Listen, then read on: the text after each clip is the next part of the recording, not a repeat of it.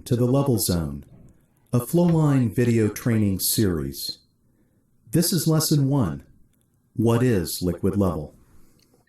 Liquid level sensors measure or detect the presence of liquid held in containers.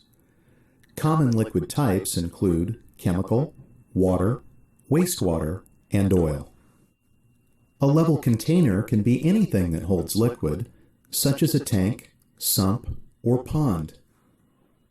There are two basic types of liquid level sensors: continuous and point. Continuous sensors measure level within a specified range and provide a 4 to 20 milliamp signal output that is proportional to the measured level. These sensors are called level transmitters and are typically used for inventory and process monitoring.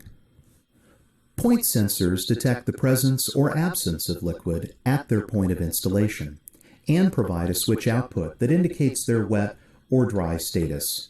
These sensors are called level switches and are typically used for basic alarm and control functions.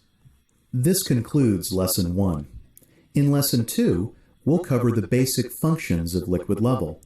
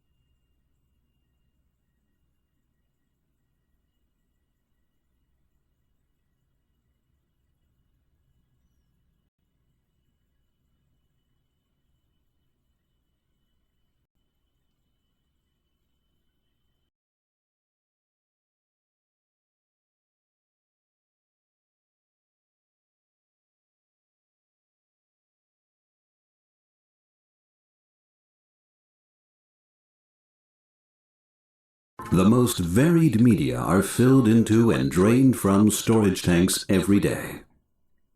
Examples are potable water, fruit juices, oils and fuels, acids, brines, or even solids like grain, plastic pellets, or powder. Since these media can have completely different properties, there are different measuring principles to detect them. For example, point level measurement in liquids or bulk solids according to the vibronic principle, called also tuning fork principle. The tuning fork, which John Shore designed more than 300 years ago, served as a basis for the vibronic principle invented by Endress and Hauser in 1967.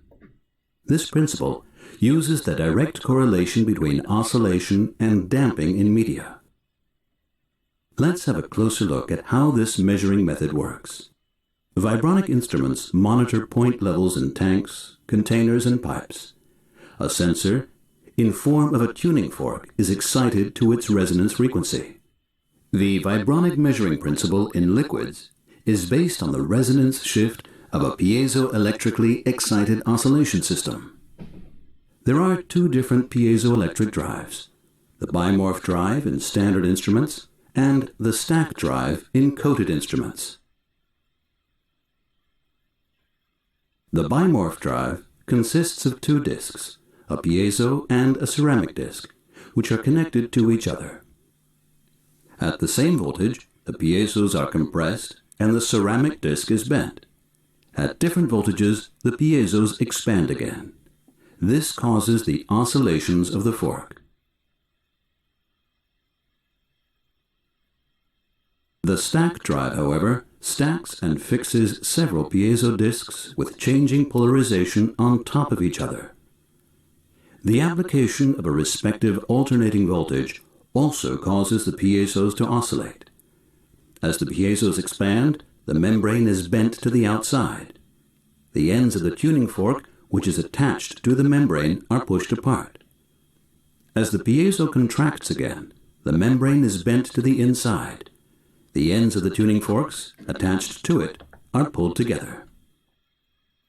As the tines of the fork are covered in a tank as the liquid rises, the resonance frequency of the tuning fork changes.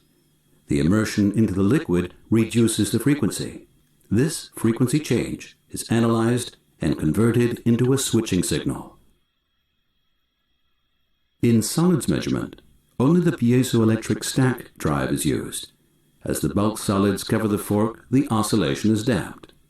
This changes the amplitude of the oscillation. The change is analyzed and converted into a switching signal. The vibronic measuring principle of Anderson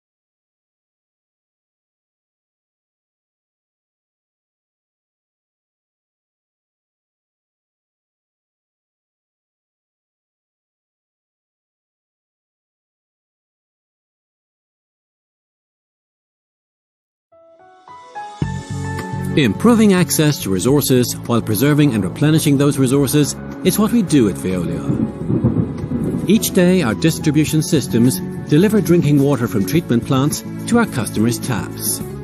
These systems are designed to provide an uninterrupted supply of drinking water on demand, compliant with regulations, in line with customer expectations, and with minimal environmental impact.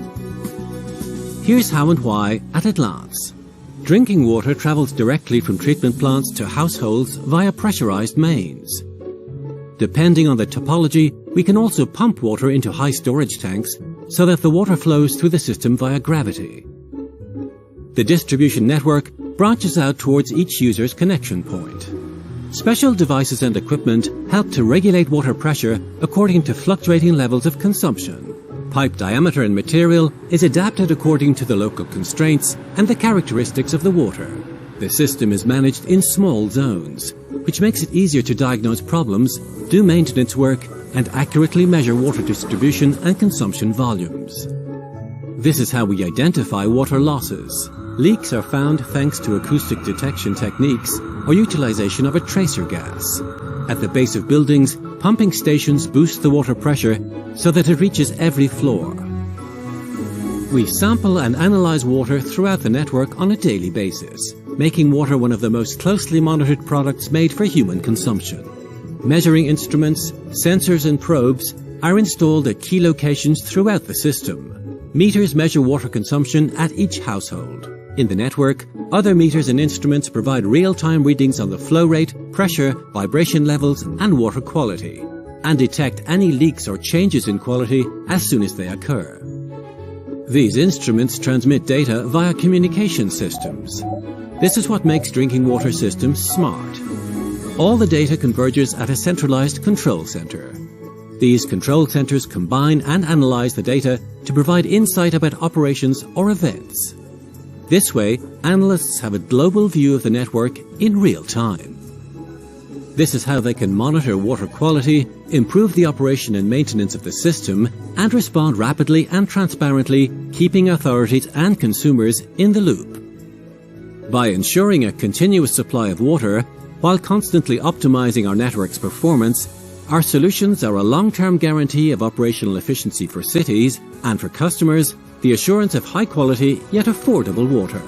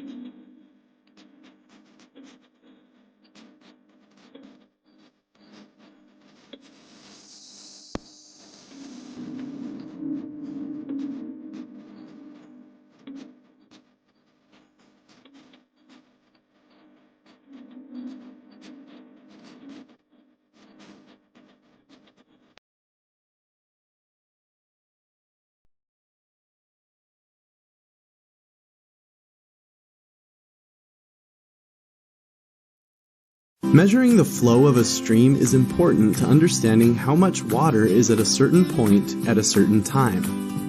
Flow can be calculated using the float method with a measuring tape, small plastic bottle, and a timer. Flow is best measured in a run where water is flowing, and when there are two observers. First, determine the float distance by measuring and marking 2 points along the length of the channel. Try and get at least 10 feet. This length will be your distance. Next, measure 3 depths across at the channel cross-section. Average those 3 depths, and this is your depth. Next, measure a representative width of the stream, and that will be your width. Now let's float the bottle. Partially fill the float bottle with water. One observer stands at the top of the reach, and the second observer stands at the bottom. The observer at the top tosses the float bottle into the channel and calls out "start" when it crosses the upstream point. The other observer will start the timer. And as soon as it crosses the second point, they'll stop the timer. Repeat this toss process 3 times and average the 3 times together. Use this average as your time entry. Now you can determine the flow in cubic feet per second by multiplying the width and average depth by the product of the distance and the time. A correction factor is commonly used because surface flow is faster than flow in the water column.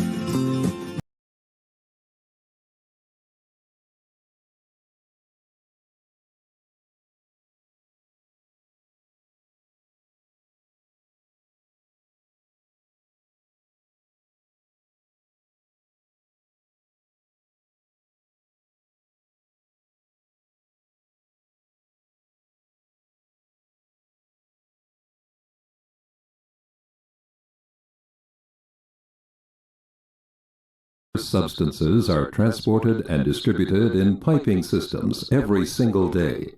They can include solvents and chemicals, oil and gas, or steam for energy transmission. The fluids flowing through pipes often have completely different properties. Therefore, different principles for their measurement are required. One method is flow measurement, based on the differential pressure principle.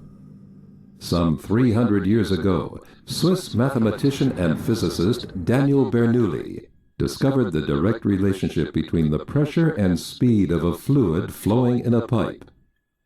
Italian physicist Giovanni Battista Venturi also performed experiments on flow, and in 1797 he built the first flow meter for closed pipes, known as the Venturi tube.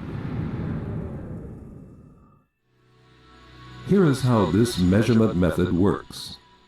Differential pressure flow meters have an artificial restriction integrated into the measuring tube, illustrated here by the example of an orifice plate. 2 holes are located in the pipe wall, one before and one after the orifice plate. 2 separate tubes connect these holes to a differential pressure sensor, with its 2 pressure chambers separated by a diaphragm. The tiniest pressure differences in the flowing fluid can be precisely measured. If the fluid is not flowing, the pressure before and after the orifice plate is essentially identical. As soon as the fluid starts to flow, its velocity around the orifice plate increases significantly because of the restriction in the cross-section. At the same time, due to the laws of fluid mechanics, the static pressure at this point decreases. Consequently, different values are detected in the pressure chambers of the sensor, a higher pressure before and a lower pressure after the orifice plate. This pressure difference is a direct measure for the flow velocity, and thus the mass and volume flow in the pipe. The higher the flow velocity, and the resulting drop in pressure around the orifice plate, the greater the differential pressure measured. In numerous industrial applications, the orifice plate covers many needs of flow measurement technology. However, other designs are available for certain measuring tasks to minimize undesired effects, such as excessive pressure loss or abrasion of components due to solids carried in the fluid. This demonstration shows that an abrupt restriction generates severe turbulence in a fluid. Nozzles with a rounded, funnel-like inlet clearly reduce turbulence and thus create less pressure loss. Nozzles are particularly suitable to higher flow velocities or to fluids with abrasive solid particles. Turbulence reduction is even greater with Venturi nozzles. And finally with Venturi tubes, where the restriction is created by longer conical constrictions in the pipe wall. All these designs can be supplied with different restriction diameter sizes, so that the pressure loss and the differential pressure generated can be optimized for the process conditions. Industrial flow measurement using differential pressure has been tried and tested in numerous applications worldwide for about 100 years.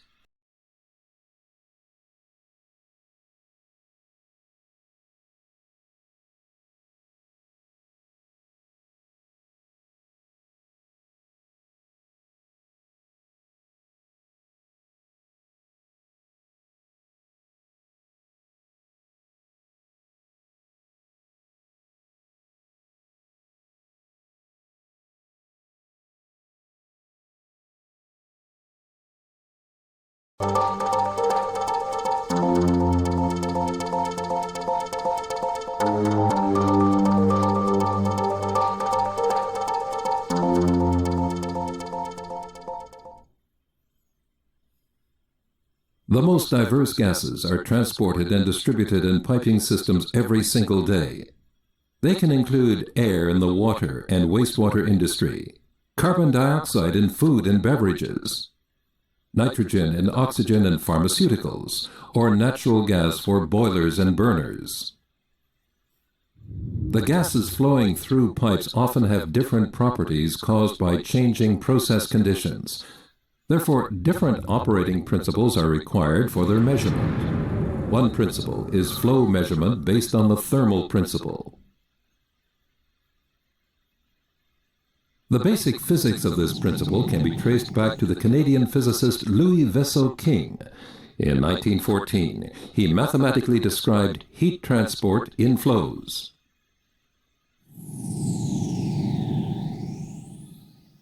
Here is how this measurement method works. Inside thermal flow meters are two temperature sensors protruding into the measuring tube. They're known as PT100 resistance thermometers.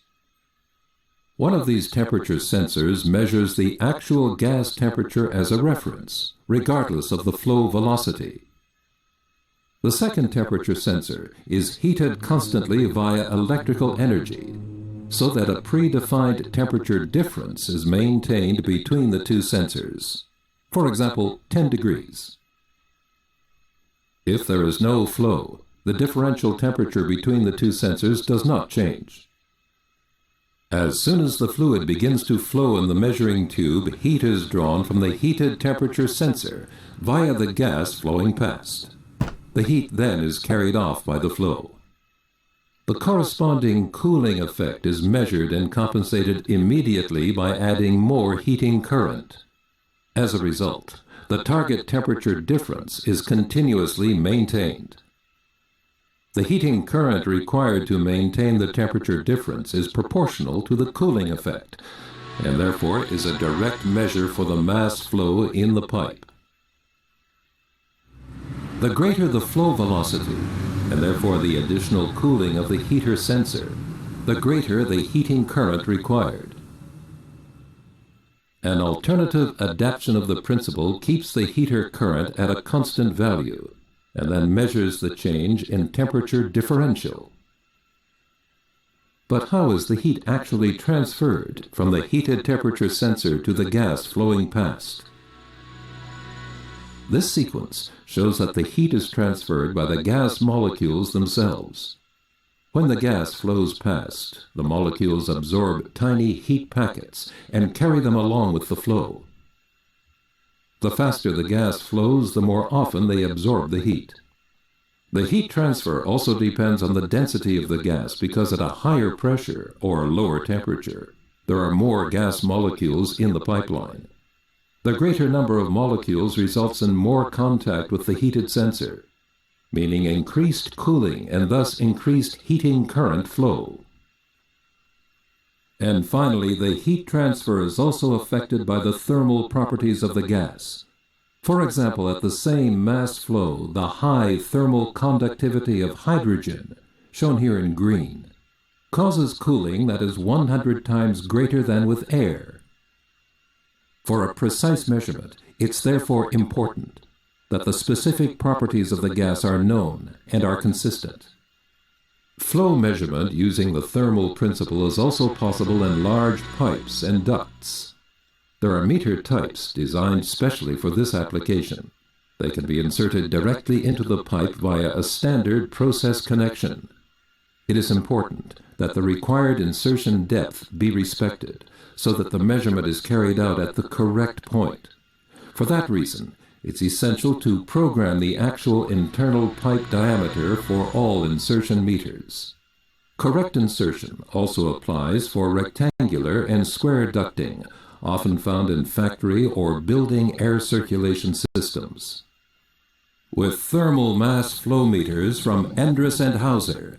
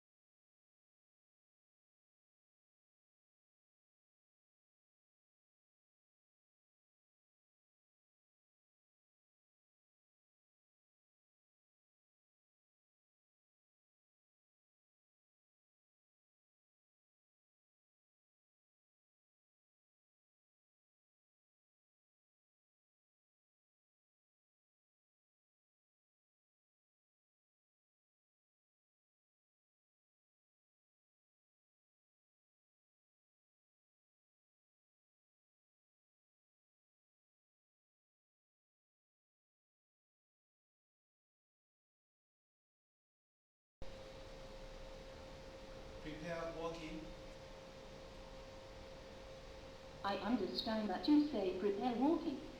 Confirm yes or no. Yes. Roger. I'm doing it.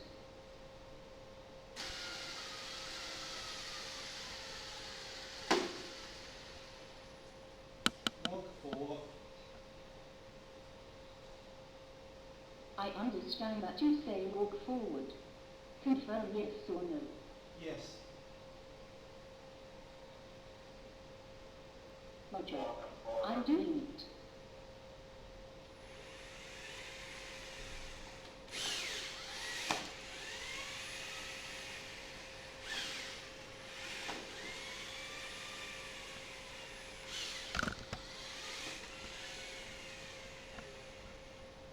Walk backward.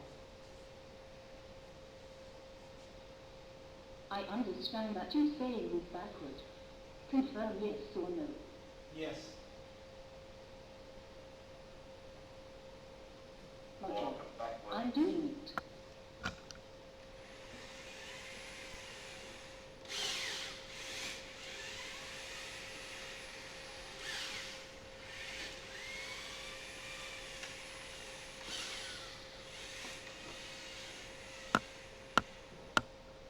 Turn right.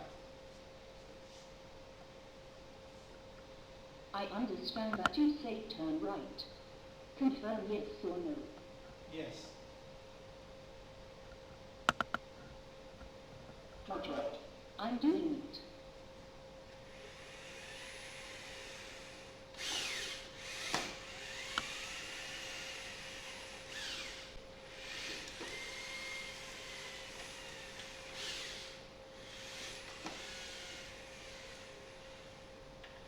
Stand up. Stand up. I understand that you say stand up. Confirm yes or no. Yes.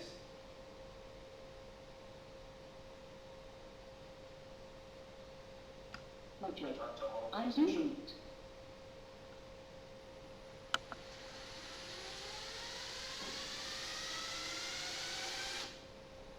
Detect object. I understand that you say detect object. Confirm yes or no. Yes. What color is the object? Red. Detect read object. Confirm yes or no. Yes.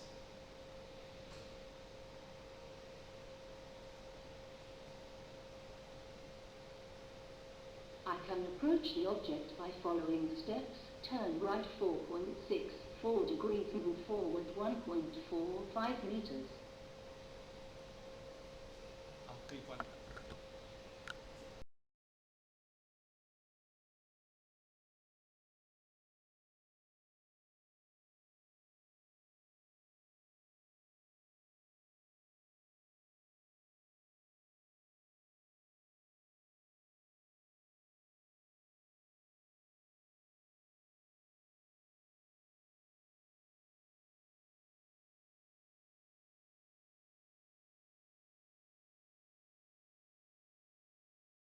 The major limitation of Fourier transform is that although we access the knowledge about frequencies present in the signal, we lose all information about time.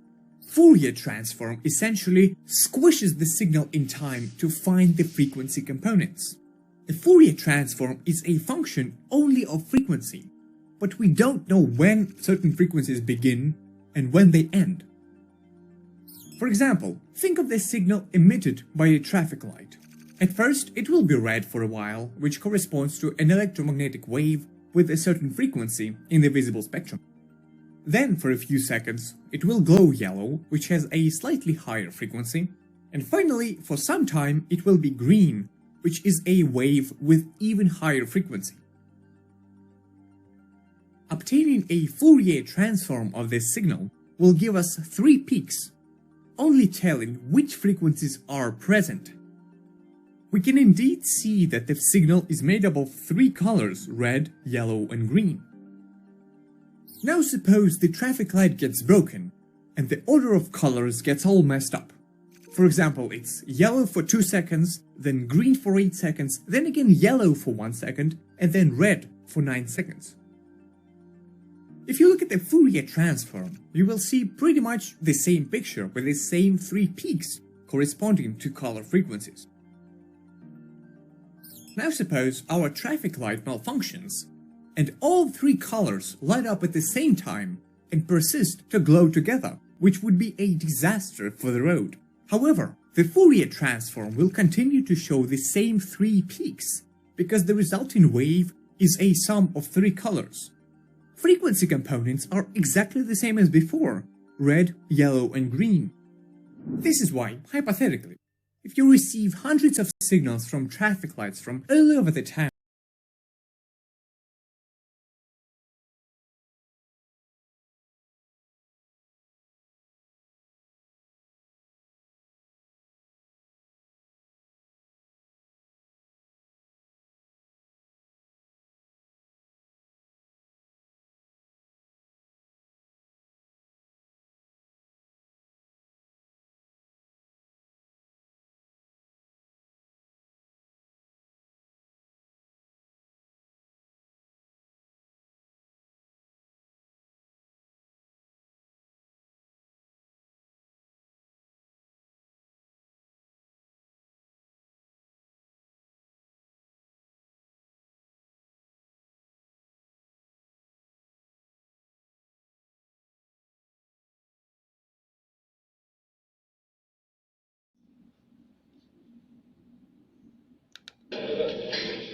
Send the meeting address to my Volvo.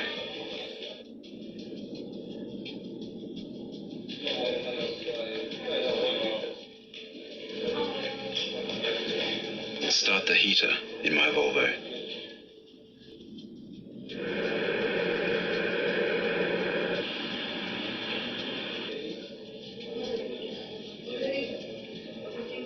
Prepare my Volvo.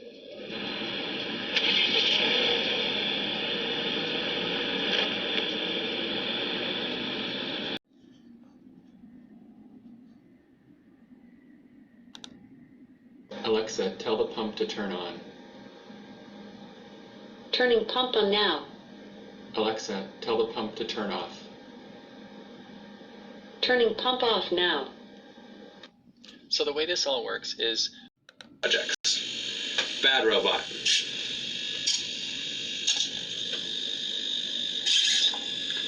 Good robot. In addition to this,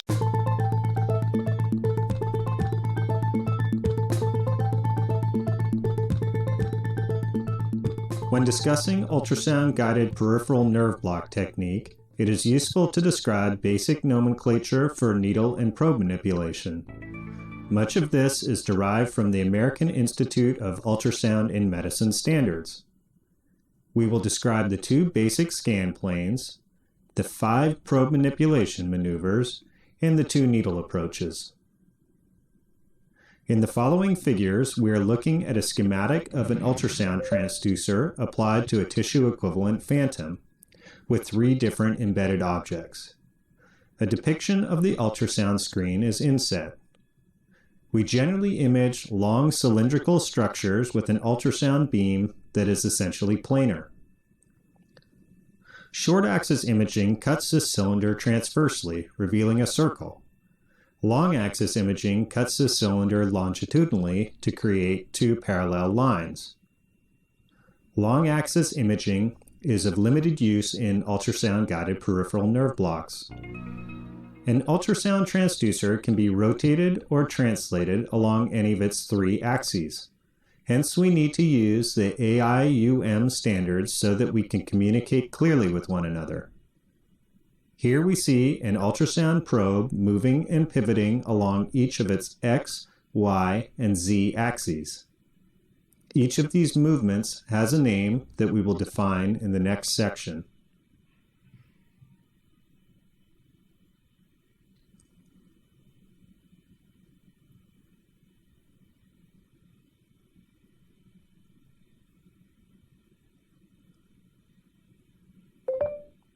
Sliding is a maneuver that translates the transducer along the course of its structure, or perpendicular to it to scan adjacent structures.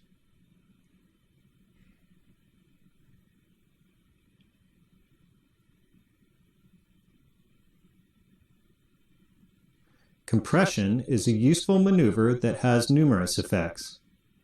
First, it moves the active face toward deeper structures to make them appear more superficial. It also helps differentiate between different structures by their relative compressibility. Veins are easy to compress, arteries are somewhat compressible and pulsatile, and nerves are fairly incompressible.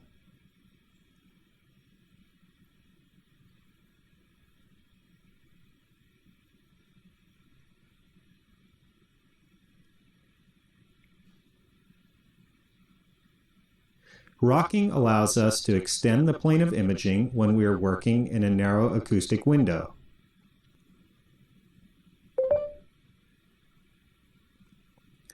Rotation is used to switch between short axis and long axis imaging.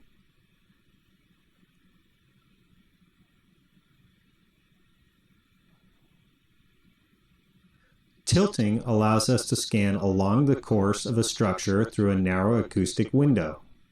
In nerve imaging, it is critical to optimize transducer tilt to properly visualize nerve fascicles. Nerves are seen best when the scan plane is orthogonal to the course of the nerve.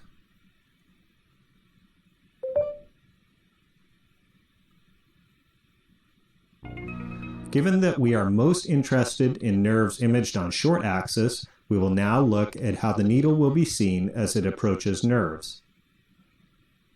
With the out-of-plane needle approach, the needle starts in front of the plane of imaging and advances until it crosses the plane of imaging as an echogenic dot. With the in-plane needle approach, the needle is visualized on its long axis as it advances within the scan plane. Now let's move on to show some of the common challenges with visualizing the block needle sonographically. Block needles are specular reflectors, meaning they reflect sound back to the receiver over a narrow angle. As the angle between the transducer and needle increases, less sound is reflected back to the receiver, and the signal becomes weaker. We can also see that this is true for sound reflected off the sides of the needle shaft. With the short axis out-of-plane approach, the needle will be seen best when the tip is within the plane of imaging. The shaft gives a signal that ultrasound guidance for vascular access. We're going to be using a linear ultrasound probe to guide the positioning and placement of this needle to gain access to a vein, artery, or any other vascular structure that you need to get access to in a quick and fast, efficient means without jabbing your patient multiple times. Put your transducer on the patient's skin. Center the image, the vessel, in the center of the transducer face. We have multiple crystals across here. We're going to center the vessel directly under the transducer center so that when I enter the skin, I'm going to hold the transducer at an angle, I'm going to hold the needle at an angle, and hopefully they will meet at a point near the vessel in the center of the image. I'm going to keep advancing it until I see the needle show up in the image. I want to come in at a fairly low angle so that I can see the needle show up in the image above the top of the vessel. I don't want it to already be through the vessel. I don't want it to be below the vessel.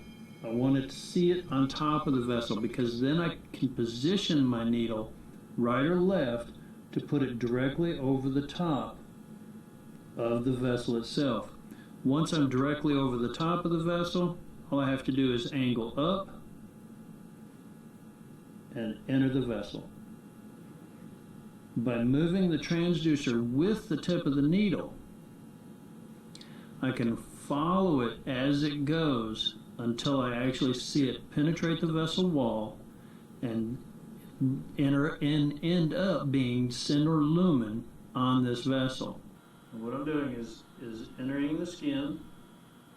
I'm looking for my needle to show up in the image above the top of the, there it shows up. You can see it right there as I advance and back it up. That's the tip of the needle.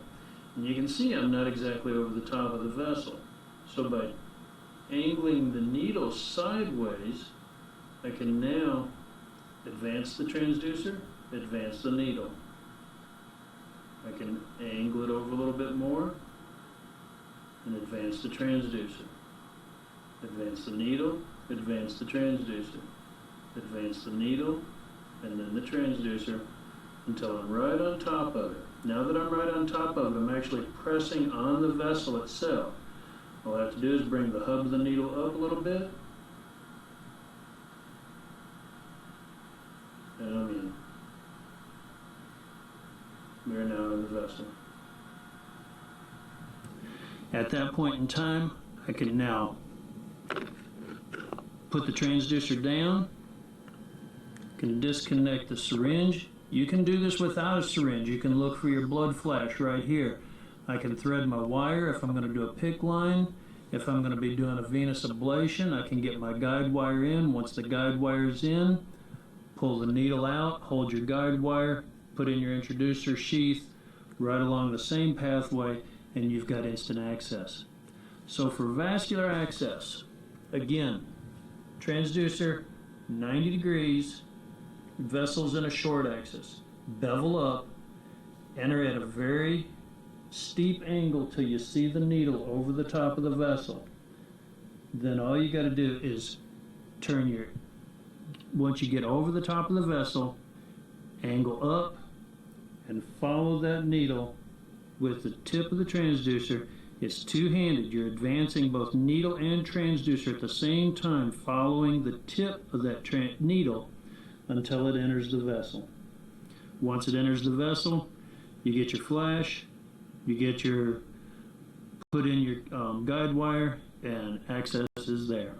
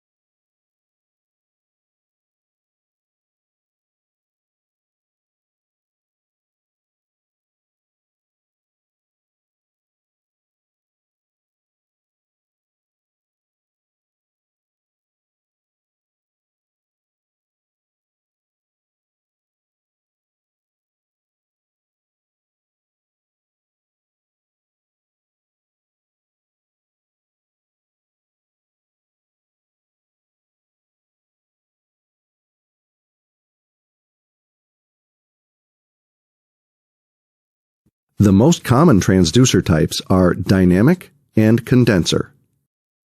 In a dynamic microphone, sound waves strike a thin plastic diaphragm and cause it to vibrate. A coil of wire attached to the back of the diaphragm vibrates along with it. As the coil moves back and forth, it passes through a magnetic field created by a magnet, which generates an electrical signal that corresponds to the sound. Dynamic microphones can handle even the loudest sounds without overloading, but this also means that they're not well suited to distant miking of quiet sources. Because the sound waves have to move the mass of the diaphragm and the voice coil, they usually have limited high-frequency detail, so they're better for vocals or horns than for stringed instruments. The size of the magnet makes it difficult to make a dynamic mic very small, which can limit your mounting options. In a condenser microphone, sound waves also strike a diaphragm and cause it to vibrate. The diaphragm is mounted just in front of an electrically charged plate. As the diaphragm moves back and forth, it changes the electric field between the diaphragm and plate, which generates an electrical signal that corresponds to the sound. Since there is no voice coil in a condenser mic, the sound waves only have to move the diaphragm. This gives condenser mics better high-frequency detail than dynamics. This makes them ideal for miking stringed instruments, percussion, piano, or subtle vocals. Condenser mics usually have higher output than dynamics, so they're good for distant or quiet sources. Since there's no magnet in a condenser mic, they can be made extremely small, which makes it easier to mount them in tight spots and make the mic less visible. Condenser microphones have internal circuitry that requires power to operate. Usually, phantom power is supplied through the microphone cable from the mixer or recorder.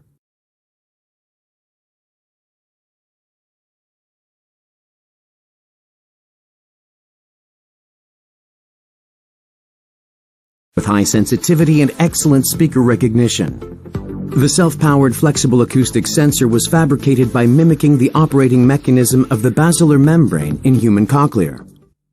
While low-frequency sound vibrates the membrane near the base region, high-frequency sound induces the resonance in the apex region. The resonances occur at different frequencies of voice depending on the width of the multi-channel sensor membrane, which enables highly sensitive acoustic sensor.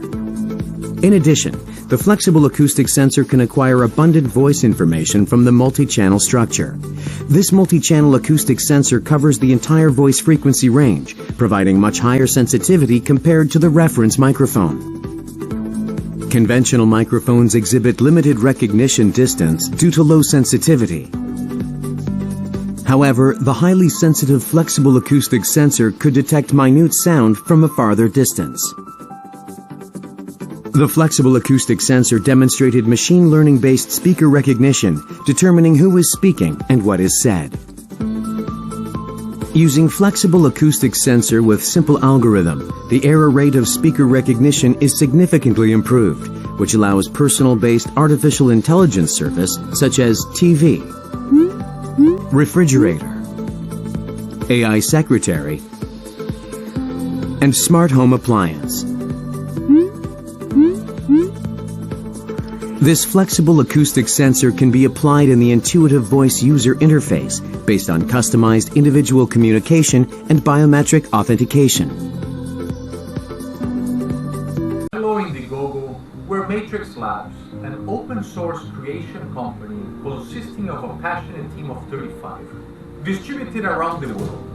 We create versatile hardware and software which enable the convergence of IoT with artificial intelligence. We love creating and manufacturing revolutionary machine intelligent products, have shipped tens of thousands to over 50 countries, and have 2 successful crowdfunding campaigns under our belt. So what's next for us? Voice recognition. The only problem is that everything on the market is either too expensive, too complicated, or just not powerful enough. The best options are Amazon Echo and Google Home, but then you're locked into the respective services and integrations. That's why we're proud to introduce Matrix Voice. The cheapest, most developer-friendly, and most powerful development board for voice applications. Matrix Voice is for makers. It's for industrial and home Internet of Things engineers, from novice to hardcore developers. Matrix Voice is powerful. Measuring 3.14 inches in diameter, it offers a radial array of 7 MEMS microphones, connected to a Xilinx Spartan 6 FPGA and 64 Mbit SD-RAM, which provides developers with the opportunity to integrate custom voice and other hardware-accelerated machine learning technology right onto the silicon.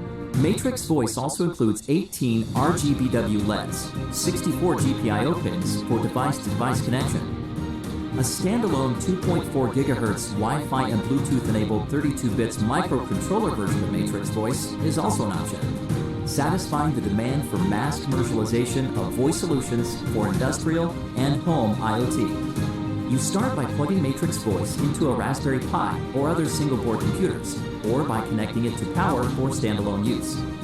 From there, you can download our CLI tool and libraries to start programming. We have made the libraries in multiple layers, so you can directly program the FPGA, or use C++ via HOW, or go all the way up to MOS and program everything in JavaScript with only a few lines of code.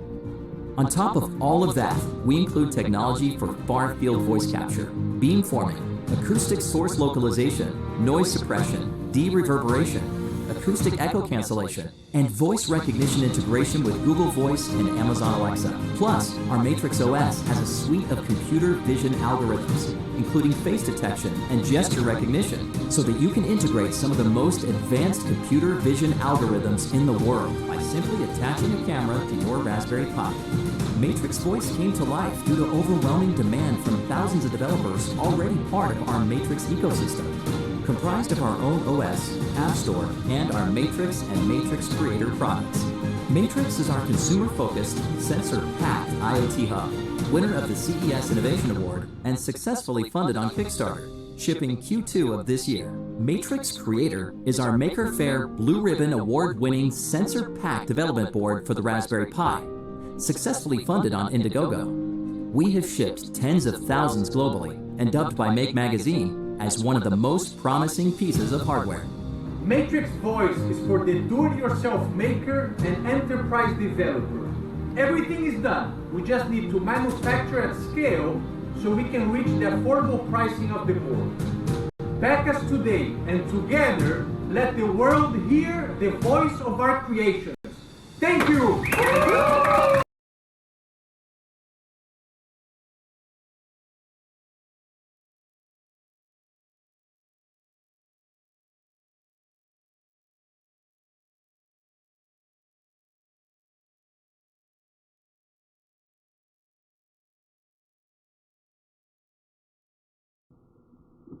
Hello, welcome you back to study MA4822.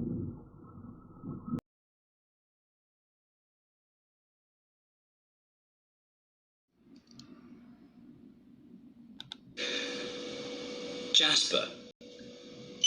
Lighting. Which lights, your lordship? Illuminate. And the lights come on. Jasper. Didn't hear me. Jasper. Lighting. Which lights, your lordship? Extinguish. Oh, well done, and the lights went out.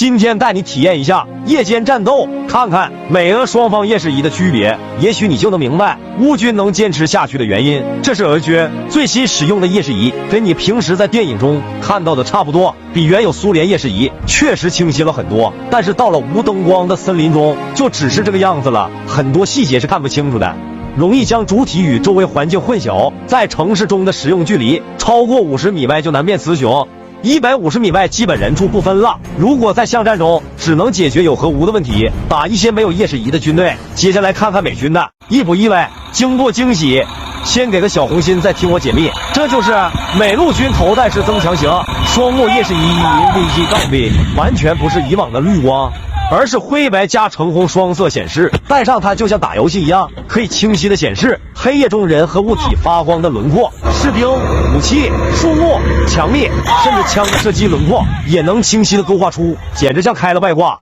知道可以看多远吗？300米，整整远了150米。这个距离对方就是瞎子。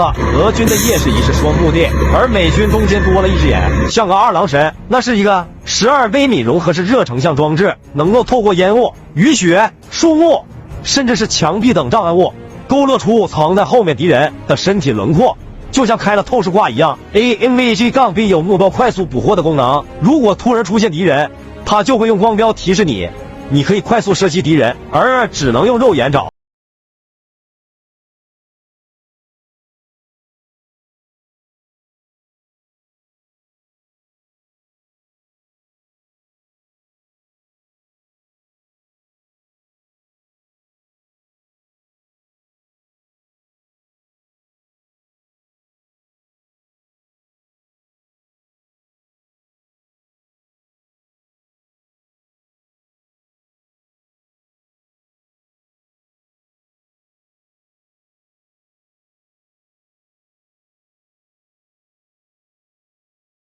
你懂的，这往后的日子真是越来越艰难了。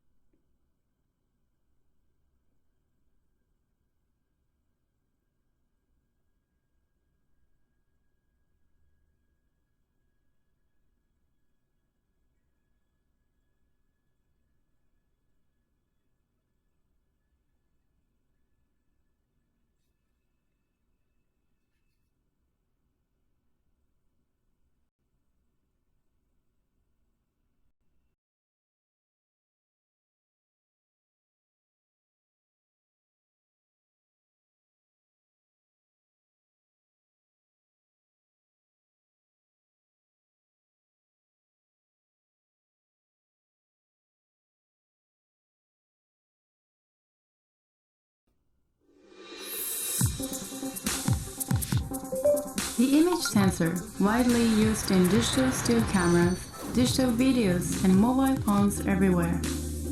Image sensors capture light. Only a specific color is extracted using a combination of red, green, and blue color filters.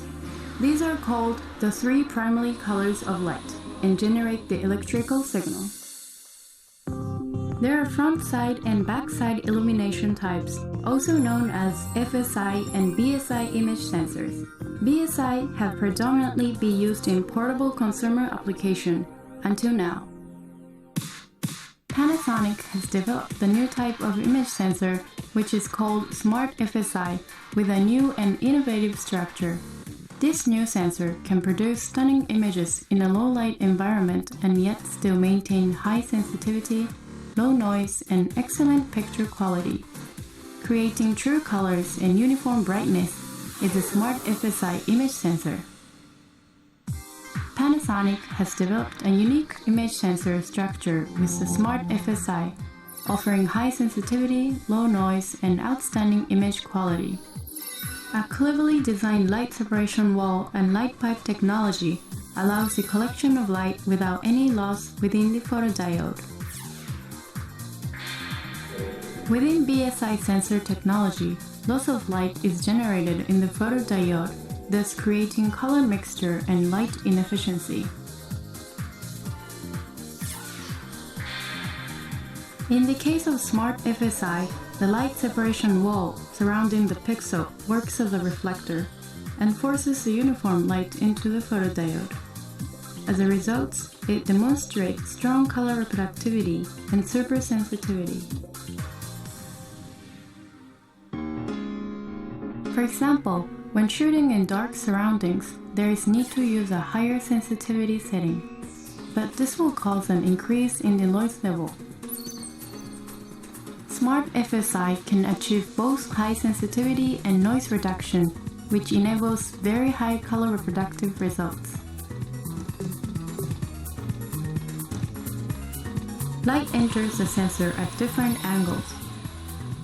The combination of light separation wall and light pipe technology allows the maximum amount of light to be captured. Because there is no mixing of colors, the outcome is a very high resolution picture.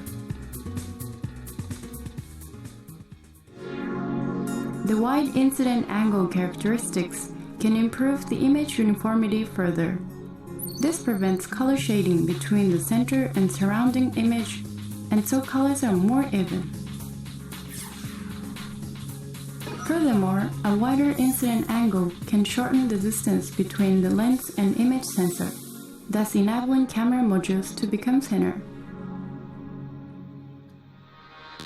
Panasonic can deliver leading-edge know-how producing high-quality pictures even in low-light conditions. The Smart FSI image sensor, ideal for camera module products, taking camera technology to another level.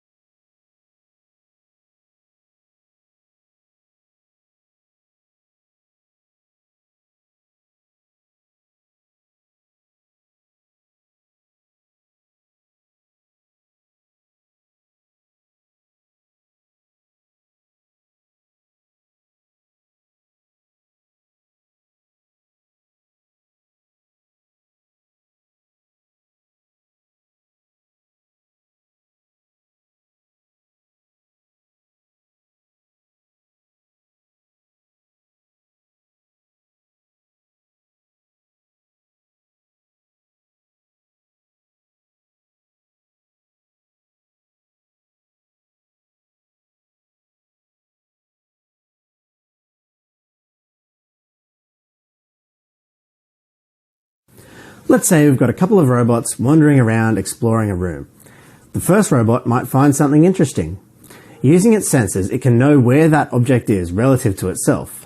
But how do we know where that object is within the overall world or compared to the other robot? Now, most of us could probably figure it out with a bit of trig, but as soon as you start to have more complex scenarios, and especially when you're working in 3D, that becomes really annoying. Instead, we can use this mathematical tool called coordinate transformations, or transforms, to take care of some of the load for us. The first step is we need to assign these coordinate reference points called frames wherever we need. So here we might have a world frame, a robot 1 frame, and a robot 2 frame. In case you're not familiar, we usually use red for the X direction, green for the Y direction, and blue for Z. Next, we need to create transforms between our frames. A transform defines how you would change from one frame to another. Transforms can also be used backwards, so if we've got all this information, then we know how to change any frame into any other frame, as long as there's a continuous line of transforms between them. We can calculate what the transform would be between those two frames. To avoid running into conflicts, we want our defined transforms to form a tree structure, which means that each frame is defined with respect to only one other frame. Each frame can only have one arrow pointing into it, and so you can't have any closed loops. Mathematically, if we have a system like this where we know how to change any frame into any other frame, then we can use that to convert points or shapes or vectors between those frames. As another example, imagine we have a gripper mounted to a bench with a camera mounted above that. The camera has detected an object and we want to know where it is compared to the gripper. For this system, we might create a transform tree that looks something like this.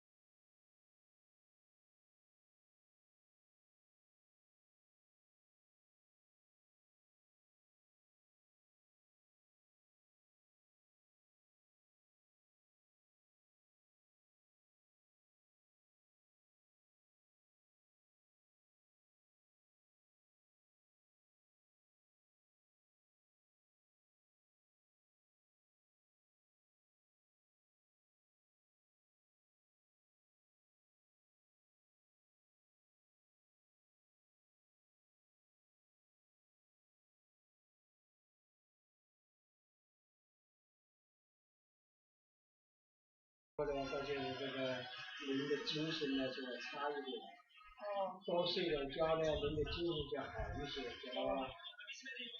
一般睡觉要保持在7到8个小时，7到8个小时。如果是你10点钟睡觉，5点钟就起床，6点钟就起床正好。所以就是10点钟。